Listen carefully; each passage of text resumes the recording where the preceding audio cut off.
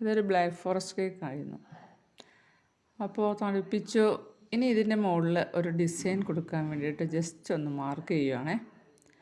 അങ്ങനെ മാർക്ക് ചെയ്യുകയാണെങ്കിൽ പെട്ടെന്ന് നമുക്ക് വലിയ കുഴപ്പമൊന്നുമില്ലാതെ ഡിസൈൻ ചെയ്തെടുക്കാൻ പറ്റും.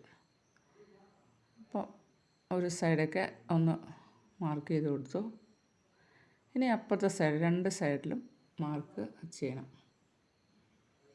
മാർക്കിങ്ങൊക്കെ ആയിക്കഴിയുമ്പോൾ നിങ്ങൾക്ക് മനസ്സിലായി കാണുമായിരിക്കും അല്ലേ എന്ത് ഡിസൈനാണെന്ന്. ഇനി ചെറുതായിട്ട് ആദ്യമേ ഒരു ചെറുതായിട്ട് ലൈറ്റായിട്ടൊന്ന് കൊടുത്തിട്ട് നടുവശം വരുമ്പോൾ നല്ല തിക്കായിട്ടൊന്ന് മാർക്ക് ചെയ്ത് കൊടുക്കുന്നുണ്ട്. വീണ്ടും താഴോട്ട് വരും തോറും ലൈറ്റായിട്ട് കൊടുക്കുക.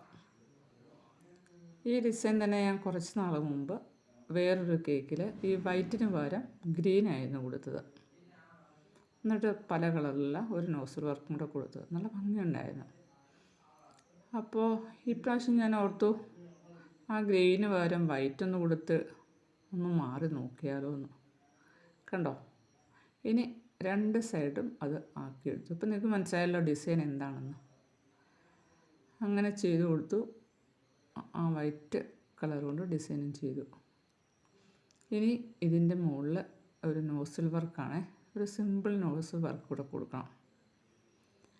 ആ നോസിൽ വർക്ക് കൂടെ കൊടുത്തു കഴിയുമ്പം നല്ല സൂപ്പർ ഡിസൈനാണെന്ന് നിങ്ങൾക്ക് മനസ്സിലാവും. കണ്ടോ? ലീഫ് വർക്കും കൊടുത്തു. ഒരു വയലറ്റ് കളറിൻ്റെ ഉള്ള നോസിൽ വർക്കാണ് കൊടുത്തേക്കണേ. പിന്നെ കുറച്ച് ഗോൾഡൻ ബീഡ്സ്, പല കളറുള്ള ബീഡ്സുകൾ കൊടുക്കുന്നുണ്ട് ഇടയ്ക്ക്. അപ്പോൾ വൈറ്റ് പോർഷൻ അധികം കാണാത്ത വിധത്തിൽ പല കളർ ബീഡ്സും വയലറ്റ് ഗ്രീനും കളറുള്ള നോസിൽ വർക്കൊക്കെ കൊടുത്ത് നല്ല സൂപ്പർ ഡിസൈനാക്കി എടുത്ത് വളരെ സൂപ്പറായിട്ട് നമുക്ക് പെട്ടെന്ന് ചെയ്തെടുക്കാം. ഈ ഡിസൈൻ നിങ്ങൾക്ക് ഇഷ്ടപ്പെട്ടോ? താഴെ വയലറ്റ് കളർ തന്നെ കൊടുത്തേക്കണതേ.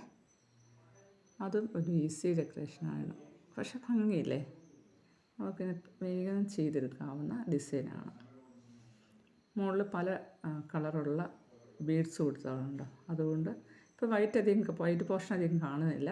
നല്ല ഭംഗിയാണ് അത് കാണാൻ. അതുപോലെ തന്നെ സൈഡിൽ ചോക്ലേറ്റ് ഒഴിച്ചു കൊടുത്തിട്ടുണ്ട്. അതും കൂടി ആയപ്പോൾ നല്ല ഭംഗിയായി പേരെഴുതി അത് വെച്ചു. കണ്ടോ? ഇതെൻ്റെ ഒരു സ്റ്റുഡൻറ്റിൻ്റെ ബർത്ത്ഡേ കേക്കായിരുന്നു.